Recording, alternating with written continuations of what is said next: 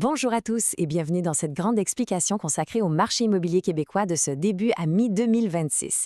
L'immobilier, on va se le dire, ça a été de véritables montagnes russes ces dernières années. L'idée aujourd'hui, c'est de dépasser les gros titres un peu alarmistes pour vraiment comprendre où on en est. On va décortiquer tout ça avec des données hyper concrètes de l'Association professionnelle des courtiers immobiliers du Québec. Bref, on va mettre de l'ordre dans tout ce chaos pour bien saisir les dynamiques qui sont en train de complètement redéfinir l'achat et la vente de propriétés en ce moment. On est prêt? C'est parti! Bon, on plonge direct dans le vif du sujet avec ce chiffre-là, 144 000 $. Et non, ce n'est pas le prix d'une petite maison de campagne ni un objectif d'épargne. C'est littéralement le salaire annuel brut qu'il faut gagner en 2026 juste pour avoir les moyens de s'acheter une maison unifamiliale médiane sur l'île de Montréal. Ça donne le vertige, hein? C'est basé sur un taux hypothécaire de 5 sur 25 ans. Ça montre instantanément à quel point la marche est haute financièrement aujourd'hui. L'accès à la propriété dans la métropole, ça demande un capital tellement important que ça force toute une génération à revoir complètement ses plans. Alors, voici notre plan de match pour aujourd'hui. D'abord, on va parler du grand ralentissement global. Ensuite, on va regarder le vrai prix d'entrée. On fera une étude de cas en région et on finira sur les meilleures stratégies pour s'adapter à ce nouveau marché. On y va avec notre première section, le grand ralentissement, un marché qui se refroidit. Pour vraiment comprendre ce qui se passe, il faut regarder les données de la grande région de Montréal en avril 2026. Ce tableau-là illustre parfaitement la contraction du marché. L'activité a pris une bonne débarque. Les ventes d'unifamiliales et de condos ont baissé de 7 par rapport à l'année passée.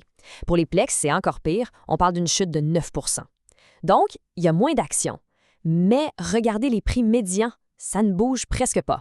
Une unifamiliale reste à 645 000 $. Pourquoi? Tout simplement parce qu'il y a encore une rareté persistante.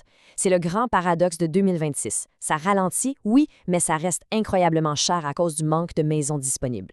Mais là, attention, il y a une donnée super intéressante qui vient changer la donne.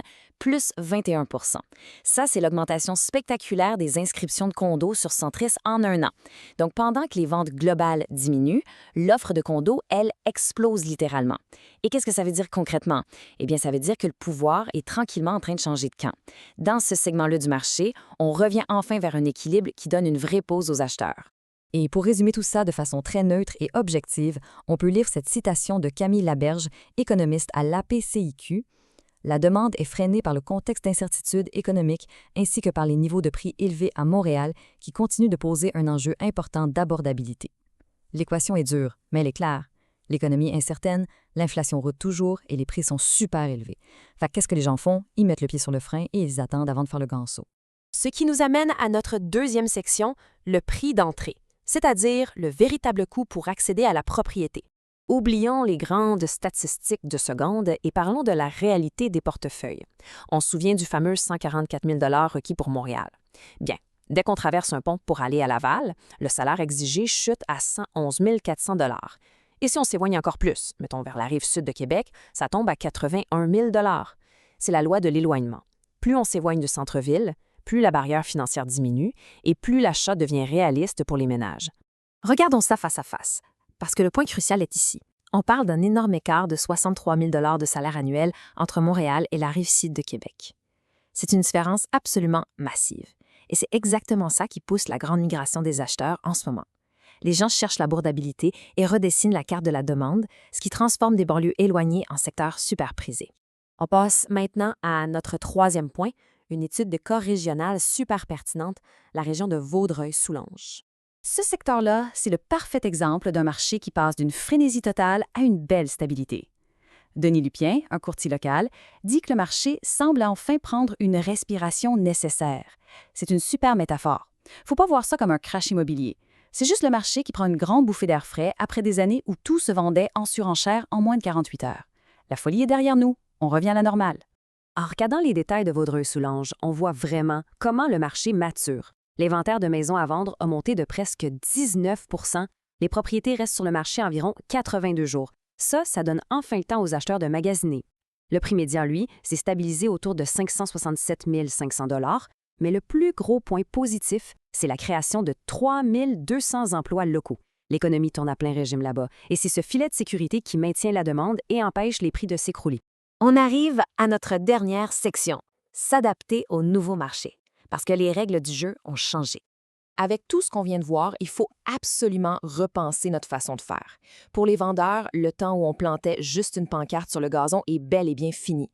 Aujourd'hui, on ne peut pas se permettre 3 choses. 1. Il faut une vraie stratégie de marketing numérique. 2. Ça prend une transparence totale. Les dossiers et les factures doivent être prêts parce que les acheteurs posent de vraies questions maintenant. Et 3, l'optimisation visuelle. C'est non négociable. Si les photos en ligne ne sont pas impeccables, l'acheteur de 2026 va juste balayer du doigt et passer à la prochaine maison. Et la super bonne nouvelle pour les acheteurs, c'est que la fenêtre est grande ouverte en ce moment. C'est probablement la meilleure opportunité depuis 10 ans pour faire un achat réfléchi et protégé. Les offres complètement folles faites à l'aveugle, sans condition, c'est fini. On peut et on doit reprendre le pouvoir d'exiger une bonne inspection et de s'assurer d'avoir notre financement sans stress. C'est vraiment le retour du gros bon sens en immobilier. Ça nous amène à la grande question de la fin. Le marché a repris son souffle, mais pour combien de temps? Les taux se stabilisent, les acheteurs observent tout ça de très près et l'économie continue de bouger. C'est un équilibre qui pourrait être juste une courte pause ou bien le début d'un long plateau. Bref, une chose est sûre, en 2026, être bien informé, c'est plus crucial que jamais. Merci d'avoir suivi cette explication. On espère que ça vous a aidé à y voir plus clair. Gardez l'œil ouvert. Le marché ne dort jamais.